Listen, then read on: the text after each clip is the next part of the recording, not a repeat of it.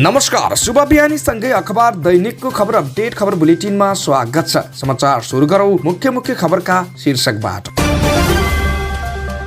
काठमाडौँ बैंकक उड्न लागेको निगमको जहाज ग्राउन्डेड, आज 11:30 बजे उड्ने। काठमाडौँमा 47 किलो चाँदी सहित 3 जना पक्राउ। राष्ट्रिय सभा चुनाव 19वटा सिटका लागि 52 जनाको उम्मेदवारी। 100 मोटरसाइकल चोरी, लागू औषधदेखि बलात्कार मुद्दासम्मका आरोपी पक्राउ। काठमाडौँका प्रमुख प्रशासकीय अधिकृतको कार्यकक्षमा महानगरले नै ठोक्यो तालचा।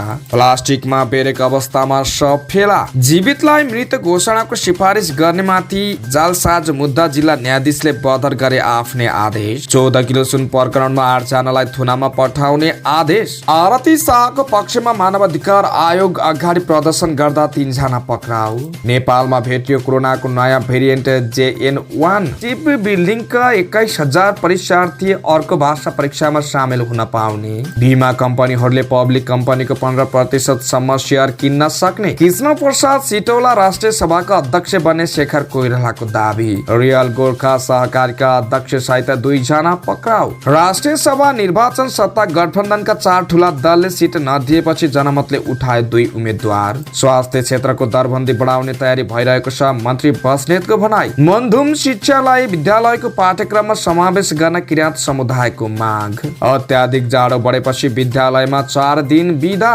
मोदी विरुद्ध आपत्तिजनक टिप्पणी गर्ने मालदिप्सका 3 जना मन्त्री निलम्बित। भारत मालदिप सम्बन्धमा समस्या। आजको मौसम उच्च पहाडी तथा हिमाली भेगमा हल्का हिमपात, तराईमा हुस्सु र गण्डकीलाई सोझो सेटमा हराउँदै आर्मी राष्ट्रिय भलिबलको सेमी फाइनलमा प्रवेश। अब समाचार विस्तारमा।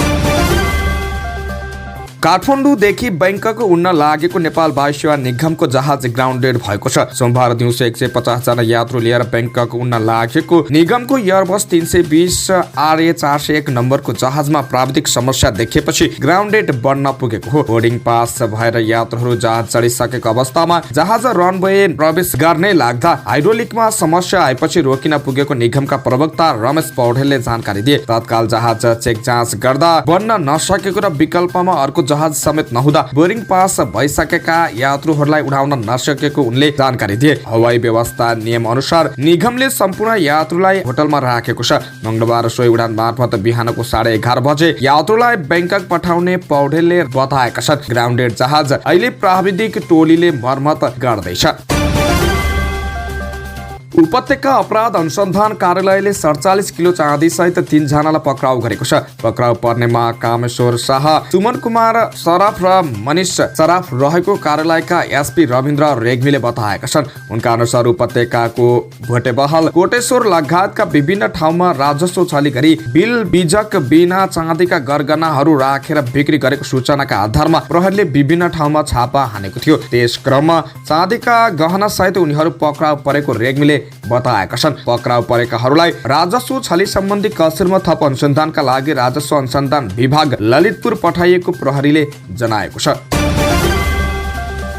राष्ट्रिय सभा सदस्य चुनावका लागि 52 जनाले उम्मेदवारी दर्ता गराएका छन्। 19 सदस्यका लागि माघ 11 गते हुने चुनावमा 7वटै प्रदेशमा गरी 52 जना उम्मेदवारले मनोनयन पत्र दर्ता गराएको निर्वाचन आयोगले जनाएको छ। आयोगले हिजो बिहान 10 बजेदेखि दिउँसो 3 बजेसम्ममा 7वटै प्रदेशको निर्वाचन अधिकृतको कार्यालयमा उम्मेदवारको मनोनयन पत्र दर्ता गराएको हो। उम्मेदवारी दर्ता गराउनेमा महिला समूहतर्फ 18 जना, दलित समूहतर्फ 5 जना, अपाङ्गता भएका व्यक्ति वा अल्पसंख्यक समुदायतर्फ 8 जना र अन्य समुदायतर्फ 21 जना छन्। निर्वाचन आयोगका अनुसार कोशी प्रदेशमा 5 जना, मध्य प्रदेशमा 5 जना, बागमती प्रदेशमा 15 जना र गण्डकी प्रदेशमा 8 जना उम्मेदवारको मनोनयन पत्र दर्ता भएको छ। यस्तै लुम्बिनी प्रदेशमा 7 जना, कर्णाली प्रदेशमा 6 जना र सुदूरपश्चिम प्रदेशमा 6 जना उम्मेदवारको मनोनयन पत्र दर्ता भएको निर्वाचन आयोगले जनाएको छ। स्वीकृत निर्वाचन कार्यक्रम अनुसार आज उम्मेदवारको विरोधमा उजुरी दिने, भोलि 25 गते र 26 गते मनोनयन पत्र र उजुरी माथि जाँचबुझ गरी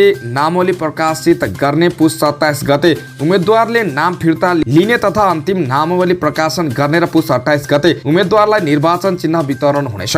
माघ 11 गते 19 सदस्यका लागि हुने निर्वाचनमा सत्तारूढ गठबन्धनका दलहरूले सामूहिक उम्मेदवारी दिएका छन् भने नेकपा एमाले एकल उम्मेदवारी दिएको छ। अहिलेसम्मकै अवस्थामा 19 वटै सिटमा गठबन्धनका उम्मेदवार निकै बलिया देखिएका छन्। तर गठबन्धनका मतदाताले नै पार्टी नभई व्यक्ति पनि हेर्ने भएकाले आफ्नो उम्मेदवारले जित्ने एमालेको दाबी छ। सुनसरीको हरिनगर गाउँपालिका 6 का 40 वर्षीय नजाम अन्सरी हेर्दा सामान्य देखिन्छन्, तर उनको अपराधिक यात्रा भने डरलाग्दो छ। मोरङ सुनसरीमा मोटरसाइकल चोरीको गिरह चलाएका उनी विरुद्ध लागु औषध कारोबार र बलात्कारको मुद्दा पनि छ। 29 मङ्सिरमा विराटनगर महानगरपालिका 14बाट पक्राउ परेका अन्सरीको अपराधिक यात्रा 2059 सालदेखि प्रशासनको रेकर्डमा छ। 21 वर्षमा 3 चोरीका मुद्दामा पक्राउ पर्दै छुटेका उनी विरुद्ध बलात्कार र बैंकिङ कसुको मुद्दा पनि छ। हामीसँग 100 भन्दा बढी मोटरसाइकल चोरेर भारत पुर्याएर बिक्री गरेको बयान दिएका छन्, तर 7 वटा चोरीको सीसी क्यामेरा फुटेज भेटियो। जिल्ला प्रहरी कार्यालय मोरङका डीएसपी रञ्जन कुमार दाहाल भन्छन्, 7 वटा चोरीको मुद्दा चलाउने तयारी छ, थप अनुसन्धान पनि गर्दैछौँ। पक्राउ परेका अन्सारीको साथमा 1.3 ग्राम ब्राउन सुगर पनि भेटिएको उनले बताएका छन्। प्रहरीले अन्सारीको चोरी गर्ने गृहका सदस्य भोकराहा गाउँपालिका 2 का 23 वर्षीय निकायल अन्सारीलाई पनि पक्राउ गरेको छ। उनीहरूले मोरङ सुनसरीमा मोटरसाइकल चोरीमा आतंक मचाएका थिए। मोटरसाइकल चोरीको उजुरी बढेपछि विशेष टोली परिचालित थियो। ट्र्याक गर्दै जाँदा विराटनगरबाट पक्राउ परे। उनले भने अनुसन्धानका क्रममा 2059 सालदेखिको आपराधिक घटना देखियो। चोरी मुद्दामा दर्शी प्रमाण नहुँदा यसअघि छुटेका अन्सारी लगत्तै चोरीमा संलग्न भएको पाइएको उनले बताएका छन्। यसरी चोरी भएको मोटरसाइकल जोगबानी हर्वेसगञ्ज लगायतका बजारमा पुर्याएर बिक्री गरेको देखिएको उनले बताए। चोरीको मोटरसाइकल भारतबाट लागु औषध ओसार पोसारमा पनि प्रयोग भएको देखिएको उनले बताएका छन्।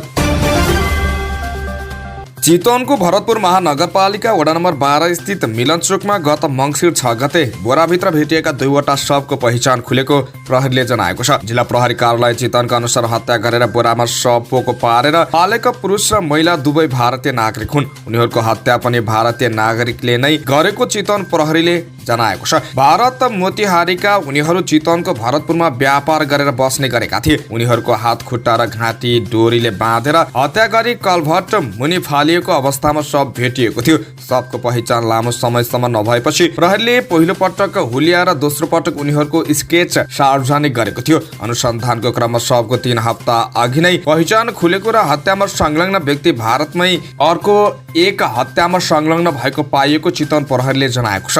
उनी भारतकै प्रहरी नियन्त्रणमा रहेकाले नेपाल ल्याउन नमिलेको प्रहरीको भनाइ छ। हत्यामा संलग्न व्यक्तिसँग बयान लिन नेपाल प्रहरीको एक टोली भारतको बिहार नै पुगेको थियो। यो घटना विवाहेतर सम्बन्धसँग सम्बन्धित रहेको प्रहरीको भनाइ छ। विवाहेतर सम्बन्ध थाहा पाएपछि महिलाका श्रीमानले भरतपुर बस पार्क नजिकै दुवैजनाको हत्या गराएको प्रहरीको भनाइ छ।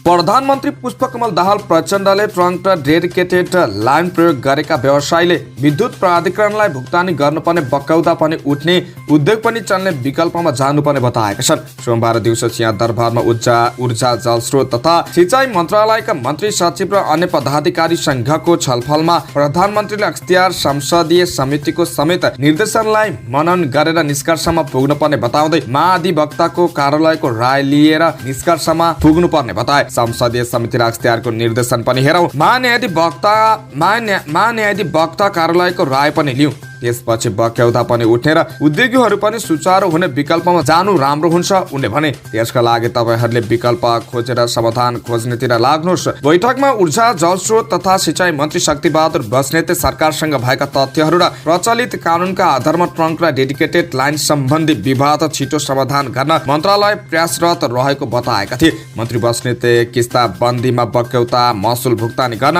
व्यवसायीहरूलाई समय दिएकाले महान्यायाधिवक्ताको कार्यालयको समेत कानूनी राय र सल्लाह लिएर समितिमै समस्याको समाधान हुने विश्वास व्यक्त गरे। उद्योग वाणिज्य तथा आपूर्ति मन्त्री रमेश रिजालले उद्योगीहरूले उठाएका विषयहरू मध्ये जायज र सम्बोधन गर्न सकिने माग सहजीकरणको सम्भावना खोज्नुपर्ने बताउँदै उद्योग सञ्चालनका लागि मन्त्रालयले समन्वयन गरिरहेको बताएका छन्।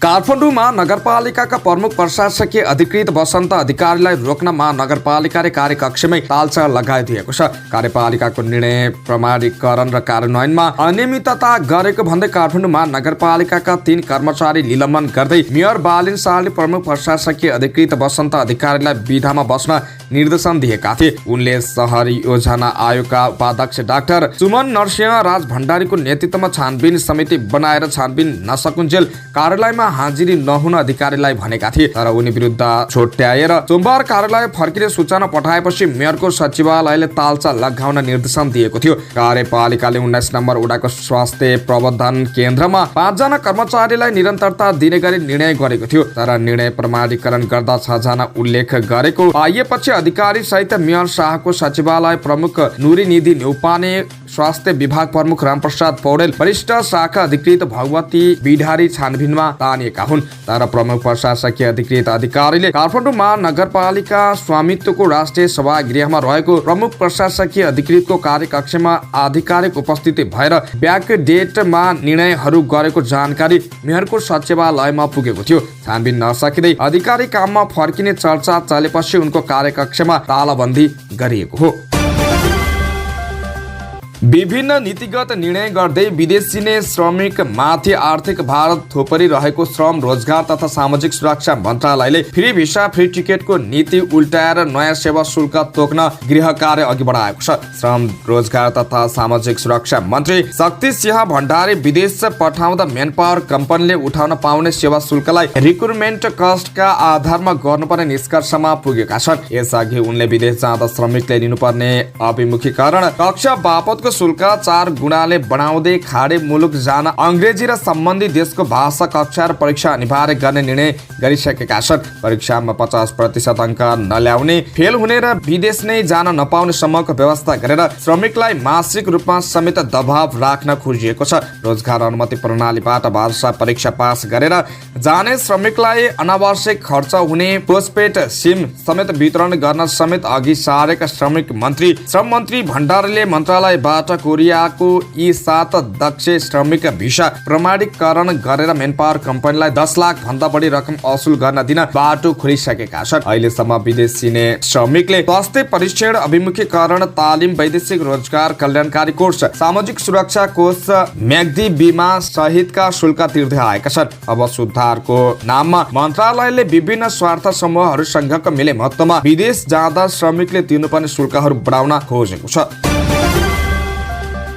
राष्ट्रिय प्रजातन्त्र पार्टीले यही पुस 27 गते 302औं पृथ्वी जयन्ती तथा राष्ट्रिय एकता दिवसका अवसरमा भिरकुटी मण्डपमा शुभकामना आदान प्रदान तथा चियापान समारोह आयोजना गर्ने भएको छ। चियापान कार्यक्रममा प्रधानमन्त्री, मन्त्रीहरू, विभिन्न राजनैतिक दलका नेता, कूटनीतिक तथा संवैधानिक निकायका प्रतिनिधि, धार्मिक संघ संगठन, उद्योगी, व्यवसाय, विभिन्न पेशाकर्मी, बुद्धिजीवी लगायत 8000 जनालाई निमन्त्रणा गरिएको प्रवक्ता एवं प्रचार विभाग प्रमुख मोहन श्रेष्ठले जानकारी दिए। सोही दिन रापरपाले सिंहदरबार स्थित पृथ्वीनारायण शाहको शालिगमा माल्यार्पण गर्ने कार्यक्रम तय गरेको छ। भिरकुटी मण्डपमा भेला भए अध्यक्ष राजेन्द्र निङथेलको नेतृत्वमा भद्रकाली हुँदै सिंहदरबार अगाडि रहेको शालिगमा पुगेर माल्यार्पण गरिने प्रवक्ता श्रेष्ठले बताए। अनुसार पार्टीले सोही दिनलाई राष्ट्रिय एकता दिवसका रूपमा केन्द्र, प्रदेश र स्थानीय तिनै तहमा पृथ्वीनारायण शाहको व्यक्तित्व तथा इतिहास झल्काउने गरी सभा, गोष्ठी, शुभकामना आदान प्रदान तथा चियापान समारोह, अन्तर्क्रिया, दीपावली लगायत कार्यक्रम गरी उत्सवका रूपमा मनाउन पार्टी मातहतका सभ्यलाई सर्कुलर गरेको छ। जिल्लामा हुने कार्यक्रमलाई प्रभावकारी बनाउन केन्द्रीय प्रतिनिधिलाई खटाइएको छ।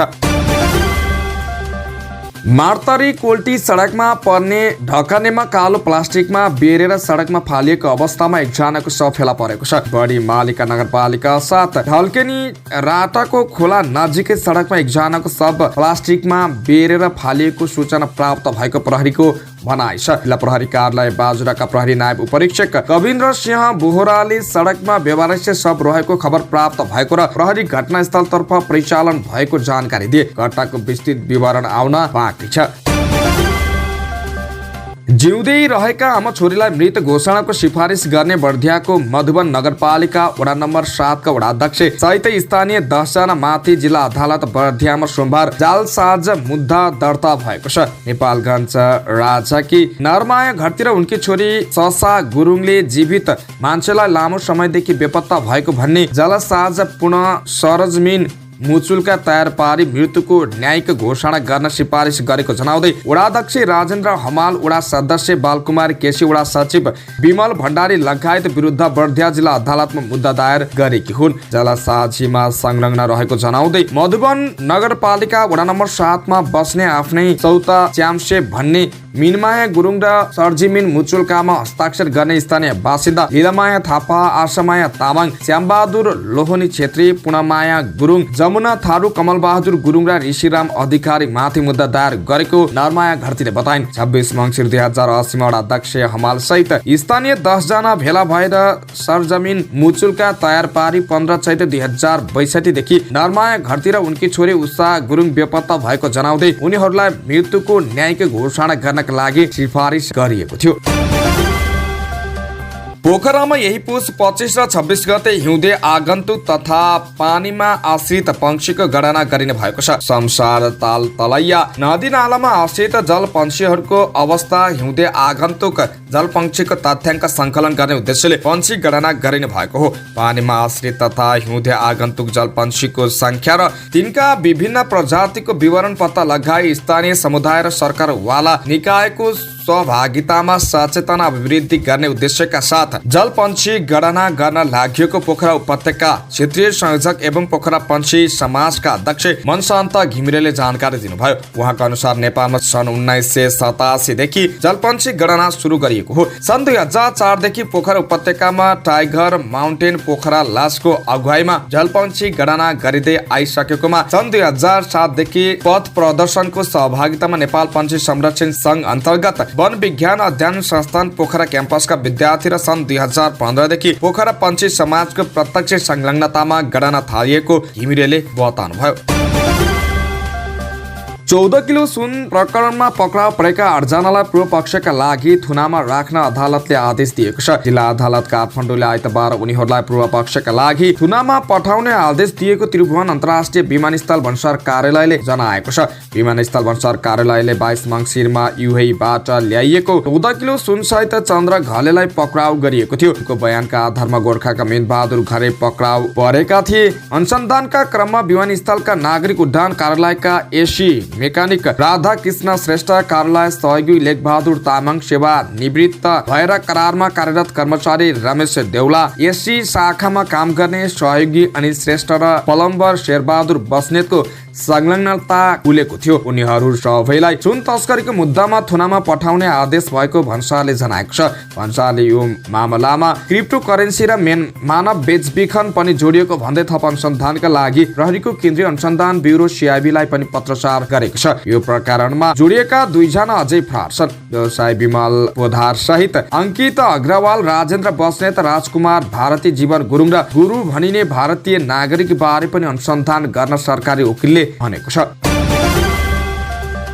पूर्व गृह मन्त्री बालकृष्ण खाँड विरुद्ध सर्वोच्च अदालतमा निवेदन पेश नगर्न महान्यायाधिवक्ता कार्यालयमा राजनीतिक दबाव बढेको छ। महान्यायाधिवक्ता कार्यालयले दबावकै कारण खाँडलाई 30 लाख धरतीमा छाड्ने उच्च अदालत पाटनको आदेश विरुद्ध सर्वोच्च अदालतमा निवेदन दिएको छैन। महान्यायाधिवक्ता कार्यालयले पाटनको आदेश विरुद्ध सर्वोच्चमा निवेदन पेश गरे हो भने सुनवाई भई खाँड फेरि थुनामै पर्ने सम्भावना पनि रहन्छ। पाटनको आदेश विरुद्ध महान्यायाधिवक्ता कार्यालय सर्वोच्च अदालत नजाने हो भने नक्कली शरणार्थी प्रकरणको मूल मुद्दा नटुङ्गिदासम्म पूर्व मन्त्री खाँड थुना बाहिर रहने सुविधा पाउँछ। काङ्ग्रेसको शीर्ष नेतृत्वबाट ठूलो दबाव छ भनेर प्रधानमन्त्री पुष्पकमल दाहालले खाँड विरुद्ध सर्वोच्च अदालतमा नजान आग्रह गर्नुभएको छ। त्यसैले सबै प्रक्रिया रोकिएको छ। महान्यायाधिवक्ता कार्यालय उच्च स्रोतले भन्यो, दबावकै कारण खाँडमाथि उच्च अदालत पाटनले गरेको आदेश विरुद्ध निवेदनको मस्यौदा गर्ने काम समेत रोकिएको छ। सर्वोच्च जाने निर्णय हुने त कुरै भएन। नक्कली शरणार्थी प्रकरणमा मुछिएका राजनीतिक कर्मचारी र बिचौलियाहरू विरुद्ध गत जेठमा जिल्ला अदालत काठमाडौँमा राष्ट्रहित प्रतिकूल काम गरेको ठगी संगठित अपराधको अभियोगमा मुद्दा दायर भएको थियो। आरती शाहको हत्याका विषयमा मानव अधिकार आयोग अगाडि विरोध प्रदर्शन गर्दा प्रहरीले धरपकड गरेको छ। आयोगलाई खबरदारी गर्न गएको समूहलाई आयोग पदाधिकारीले भेट्न नमानेपछि प्रदर्शन गरिएको थियो। निषेधित क्षेत्रमा प्रदर्शन गरेको भन्दै प्रहरीले 3 जनालाई नियन्त्रणमा लिएको हो। उनीहरूलाई ललितपुर प्रहरी परिसरमा राखेर केही बेर पछि छाडिएको थियो। प्रदर्शनकारीले आरती शाहको हत्यालाई लिएर आयोगले बनाएको प्रतिवेदन जलाएका थिए। नेपालमा ओमिक्रोनको नयाँ सब भेरिएन्ट JN1 पुष्टि भएको छ। PCR तथा एन्टिजेन परीक्षणमा कोभिड-19 पुष्टि भएकाहरू मध्येको 16वटा नमुनाको जिनोमी सिक्वेन्सिङ प्रविधिबाट परीक्षण गर्दा 7वटा नमुनामा ओमिक्रोनको नयाँ सब भेरिएन्ट JN1 पुष्टि भएको स्वास्थ्य तथा जनसङ्ख्या मन्त्रालयले जनाएको छ। कोभिड-19 को नयाँ सब भेरिएन्टको बढ्दो संक्रमणलाई मध्यनजर गर्दै प्रवेश बिन्दुका सबै हेल्थ डेस्कहरू स्वास्थ्य कार्यालयहरू मार्फत आवश्यक स्क्रिनिङ र निगरानी निरन्तर गर्न र स्वास्थ्य सेवा प्रदान गर्ने स्वास्थ्य संस्थाहरूलाई स्वास्थ्य उपचार व्यवस्थापनको तयारी अवस्थामा रहन पनि मन्त्रालयले अनुरोध गरेको छ। मन्त्रालयले कोरोना संक्रमण र संक्रमण फैलावट रोकथाम गर्नका लागि भिडभाडमा नजान, भौतिक दूरी कायम गर्न, मास्कको प्रयोग गर्न र साबुन पानीले हात धुन पनि सबैलाई अपिल गरेको छ। कोभिड-19 को नयाँ भेरिएन्ट JN1 परिवर्तित जिन स्पाइक प्रोटिनले गर्दा तीव्र र छोटो अवधिमा फैलिने गर्छ। अमेरिकाको Centre for Disease Control and प्रिभेन्सनका अनुसार JN1 भेरिएन्ट पहिलो पटक सेप्टेम्बर अमेरिकामा पत्ता लागेको थियो। यो अमेरिकनो भेरिएन्टको सब भेरिएन्ट हो। विश्व स्वास्थ्य संगठनले यसलाई भेरिएन्ट अफ इन्ट्रेस्ट भनिएको छ र विश्वव्यापी रूपमा फैलन सक्ने बताएको छ।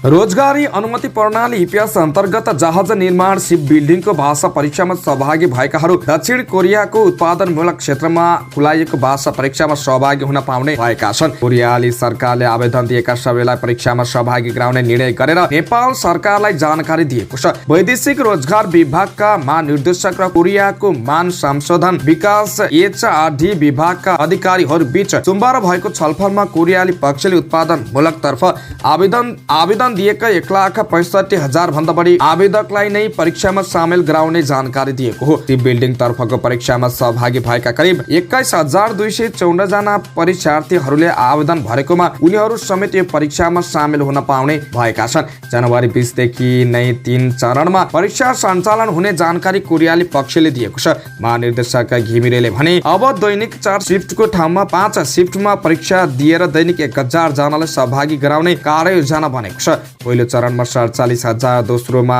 80,000 र तेस्रो चरणमा 37,000 जनालाई उत्पादनमूलक तर्फ परीक्षा दिन लगाइनेछ।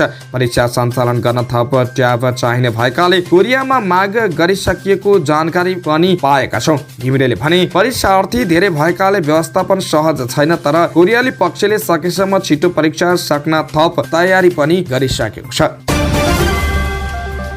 नेपाल बीमा प्राधिकरणले बीमा कम्पनीको लगानी सम्बन्धी निर्देशिका संशोधन गर्दै एक पब्लिक कम्पनीको 15% सम्म सेयर किन्न सक्ने व्यवस्था गरेको छ। यसअघि बीमा कम्पनीले कुनै पब्लिक कम्पनीको 5% सम्म सेयर किन्न पाउने व्यवस्था रहेकोमा त्यसलाई बढाइएको हो। प्राधिकरणले पुनर्बीमा, निर्जीवन तथा जीवन बीमा कम्पनी र लघु बीमा कम्पनीको लगानी सम्बन्धी निर्देशिका एकैसाथ संशोधन गर्दै यस्तो व्यवस्था गरेको हो। यसअघि बीमा कम्पनीहरूले साधारण शेयरमा मात्रै लगानी गर्न पाउने व्यवस्था रहेकोमा संशोधन मार्फत साधारण र संस्थापक शेयरमा लगानी गर्न पाउने भएका छन्। सबै बीमा कम्पनीले कुल लगानी मध्ये नेप्से सूचीकृत पब्लिक लिमिटेड कम्पनीको साधारण शेयरमा 10% सम्म लगानी गर्न सक्ने व्यवस्था थियो। अब कुनै पनि पुनर्बीमा कम्पनी, जीवन बीमा कम्पनी, निर्जीवन बीमा कम्पनी र लघु बीमा कम्पनीले कुनै पनि पब्लिक लिमिटेड कम्पनीको 15% सम्म शेयर खरिद गर्न सक्ने भएका छन्। यसरी शेयर खरिद गर्दा कुल लगानीको 10% भन्दा माथि हुन नहुने व्यवस्था प्राधिकरणले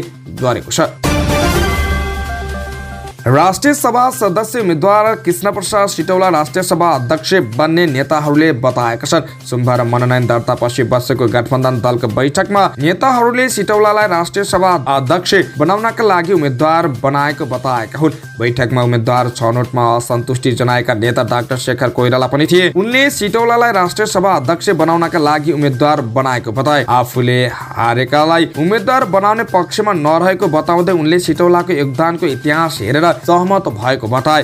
गठबन्धनमा सिटौलालाई राष्ट्रिय सभा अध्यक्ष बनाउने सहमति भएको उनको भनाइ छ। बैठकमा सहभागी महामन्त्री विष्णुप्रकाश शर्माले पनि सिटौलाले अब राष्ट्रिय सभाको नेतृत्व गर्ने बताएका थिए। सहकारीको 12 करोड रकम हिनामिना गरी फरार रहेका अभियुक्तहरूलाई प्रहरीले पक्राउ गरेको छ। पक्राउ पर्नेमा रियल गोर्खा बचत तथा ऋण सहकारी संस्थाका अध्यक्ष हर्कबहादुर कडायात र संस्थाका सदस्य विनोद कुमार ओझा रहेका छन्। उनीहरूलाई प्रहरीको केन्द्रीय अनुसन्धान ब्युरोको टोलीले पक्राउ गरेको हो। पक्राउ परेका उनीहरूमाथि आवश्यक अनुसन्धान भइरहेको प्रहरीले जनाएको छ। उनीहरूले सहकारीका बचतकर्ताहरूको 12 करोड 35,48,202 रुपियाँ हिनामिना गरेको प्रहरीको आरोप छ। राष्ट्रिय सभा निर्वाचनका निम्ति सत्ता गठबन्धनमा आबद्ध दल जनमत पार्टीले 2 जना उम्मेद्वार उठाएको छ। 4 ठूला दलले आफ्नो पार्टीलाई सिट नछुटाएपछि सत्ता गठबन्धनमै रहेको जनमतले 2 उम्मेद्वार उठाएको हो। माघ 11 गते हुने निर्वाचनका लागि जनमतले मध्य प्रदेश र लुम्बिनी प्रदेशमा उम्मेदवारी दिएको हो। जनमतले मध्य प्रदेशको अन्यतर्फ रामशंकर महासेठलाई उम्मेद्वार बनाएको छ। त्यस्तै लुम्बिनी प्रदेशमा अन्यतर्फ बाल गोविन्द चौधरीलाई उम्मेद्वार बनाएको हो। स्वास्थ्य तथा जनसङ्ख्या मन्त्री मोहनबहादुर बस्नेतले स्वास्थ्य क्षेत्रको दरबन्दी बढाउने तयारी भइरहेको बताएका छन्। काठमाडौँमा नरदेवी आयुर्वेदिक चिकित्सालयले आयोजना गरेको राष्ट्रिय योग दिवसका अवसरमा आयोजित सप्ताहव्यापी आयुर्वेद तथा योग सम्बन्धी कार्यक्रमको शुभारम्भ कार्यक्रममा मन्त्री बस्नेतले लामो समयदेखि दरबन्दी थप नभएकाले अब दरबन्दी थप गर्न लागि जानकारी दिए। उनले भने देशभरमा अहिले 92,000 स्वास्थ्यकर्मी तत्काल आवश्यक छ, तर आवश्यकता भन्दा कम दरबन्दी भएकाले थप गर्न लागेको हो। लामो इतिहास बोकेको नरदेवी आयुर्वेदिक चिकित्सालयलाई सरकारले विशेष ध्यान दिने उनको भनाइ छ। आयुर्वेद उपचार महत्त्वपूर्ण उपचार पद्धति रहेको भए पनि सरकारले जति ध्यान दिनुपर्ने हो त्यति दिन नसकेको उनको भनाइ थियो। त्यस अवसरमा नरदेवी आयुर्वेदिक चिकित्सालयका निर्देशक डाक्टर श्यामबाबु यादवले अस्पतालको भौतिक पक्ष थप बलियो बनाउन र जनशक्ति वृद्धि गर्नका लागि मन्त्री समक्ष आग्रह गरे। उनले निकट भविष्यमै यस अस्पतालमा सिटी स्क्यान सेवा समेत सुरु गर्ने तयारी रहेको जानकारी दिए। अस्पतालमा निशुल्क उपलब्ध हुने शैय्या बढाएर 15बाट 25 पुर्याइएको जानकारी दिँदै उनले सम्पूर्ण बिरामीलाई निशुल्क उपलब्ध गराएको बताए। अस्पताललाई आगामी दिनमा अन्तर्राष्ट्रिय अस्पतालका रूपमा विकास गर्नका लागि निरन्तर प्रयास भइरहेको पनि उनको भनाइ थियो। अस्पताल 1974 सालमा स्थापना भएको थियो। हाल अस्पतालमा 118 शैय्या छन्। किराँत समुदायले मुन्धुम शिक्षालाई विद्यालयको पाठ्यक्रममा समावेश गर्न माग गरेको छ। सोमबार प्रतिनिधि सभा अन्तर्गतको शिक्षा स्वास्थ्य तथा सूचना प्राविधि समितिको बैठकमा विद्यालय शिक्षा सम्बन्धी कानूनलाई संशोधन र एकीकरण गर्न बनेको विधेयकको सम्बन्धमा संशोधन प्रस्ताव राख्दै किराँत समुदायका अगुवाहरूले मुन्धुम शिक्षालाई विद्यालयको पाठ्यक्रममा राख्नुपर्ने बताएका हुन्। किराँत समुदायका अगुवाहरूले विधेयकमाथि संशोधन राख्दै माध्यमिक तहमा प्राविधिक शिक्षा, साधारण शिक्षा, परम्परागत शिक्षा र आदिवासी ज्ञान शिक्षाका आधारमा पढाइ हुने व्यवस्था गर्नुपर्ने बताए। बैठकमा बोल्दै किराँत समुदायका अगुवा अमर तुमाङ लिम्बुले परम्परागत शिक्षा अन्तर्गत संस्कृत धारमा पढाइ हुने विद्यालयका अतिरिक्त गुरुकुल, गुम्बा, मुन्धुम, मुग्धुम आश्रम तथा मदरसा शिक्षा लगायतका परम्परागत शैक्षिक संस्थामा अध्ययन हुने शिक्षालाई समावेश गर्नुपर्ने बताउनुभयो। जाडो बढेपछि रूपन्देहीको मर्चबारी गाउँपालिकाले 4 दिन विद्यालयमा बिदा दिएको छ। गाउँपालिकाको निर्णय अनुसार गाउँपालिका भित्र सञ्चालित धार्मिक तथा सामुदायिक विद्यालयहरूमा पुस 23 देखि 26 गतेसम्म जाडो बिदा गरिएको अध्यक्ष गया प्रसाद बराइले बताएका छन्। अत्याधिक जाडो भएको हुनाले बालबालिकाहरूको स्वास्थ्यमा प्रतिकूल असर पर्ने भएकाले वर्षे विद्यालय कट्टा हुने गरी जाडो बिदा गरिएको जानकारी गराइन्छ। अध्यक्ष बराइद्वारा आइतबार जारी सूचनामा उल्लेख छ।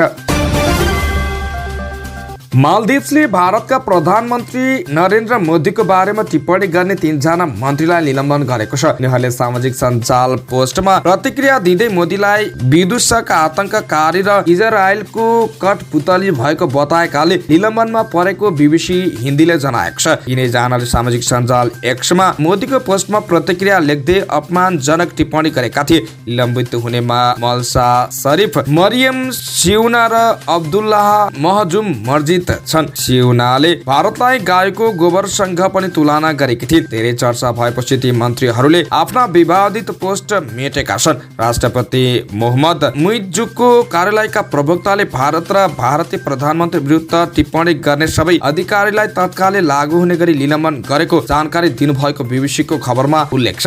मन्त्रीहरूको टिप्पणीले भारतीय सामाजिक सञ्जालमा खैलाबैला मचाएपछि मालदिव सरकारले मन्त्रीहरूलाई निलम्बन गरेको हो। मोदी बारे टिप्पणी गरिएको भोलिपल्ट भारतले मालदिवका उच्चायुक्तलाई स्पष्टीकरण दिन बोलाएको छ। समाचारको क्रममा मौसम खबर। हाल नेपालमा पश्चिमी वायुको आंशिक प्रभाव रहेको छ, जसको प्रभावले मंगलबार कोशी बागमती गण्डकी र कर्णाली प्रदेशका पहाडी भूभागमा आंशिक बदली रही बाँकी भूभागमा मौसम मुख्यतया सफा रहनेछ। कोशी र गण्डकी प्रदेशको उच्च तथा हिमाली भूभागको 1-2 स्थानमा हल्का हिमपातको सम्भावना रहेको मौसम पूर्वानुमान महाशाखाले जनाएको छ। महाशाखाका अनुसार तराई भूभागका केही स्थानहरूमा बिहानी पख हुस्सु कुहिरो लाग्ने तथा अपराह्नसम्ममा क्रमिक रूपमा सुधार हुँदै जानेछ। साथै चिसोबाट समेत बच्न आवश्यक उपायहरू तथा सतर्कता अपनाउन महाशाखाले आग्रह गरेको छ। समाचारको क्रममा खेल खबर। 34औं राष्ट्रिय भलिबल प्रतियोगितामा समूह बी अन्तर्गत गण्डकी प्रदेशलाई 3-0 को सोझो सेटमा हराउँदै त्रिभुवन आर्मी क्लब सेमी फाइनलमा प्रवेश गरेको छ। समूह बीमा रहेको आर्मीले लगातार तेस्रो जित सहित सेमी फाइनल यात्रा तय गरेको हो। वीरेन्द्रनगर सुर्खेतमा भएको खेलमा आर्मीले गण्डकीमाथि 31-29, 25-21 र 25-21 को सेटले पराजित गरेको हो। यसअघि आर्मीले सुदूरपश्चिमलाई 3-1 र पहिलो खेलमा कर्णाली प्रदेशलाई 3-0 पराजित गरेको थियो। यसअघि समूह ए बाट एपीएफले पुलिसमाथि 3-1 को जित सहित सेमी फाइनल यात्रा तय गरेको छ। समूह ए मा 2 विभागीय team APF, Nepal police, Lumbini Pradesh, Koshi प्रदेश र बागमती प्रदेश छन्। समूह बी मा भने त्रिभुवन आर्मी क्लब, गण्डकी प्रदेश, कर्णाली प्रदेश, सुदूरपश्चिम प्रदेश र मध्य प्रदेश छन्। प्रतियोगितामा 2 समूहका शीर्ष 2 टोलीले सेमी फाइनल खेल्नेछन्। हवस् त यिनै खबरसँगै आजलाई अखबार दैनिक सक्यो। स्वच्छ, ताजा अनि निष्पक्ष समाचारको लागि हाम्रो च्यानल सब्स्क्राइब गर्न नभुल्नुहोला। बिदा हुन्छौँ, नमस्कार।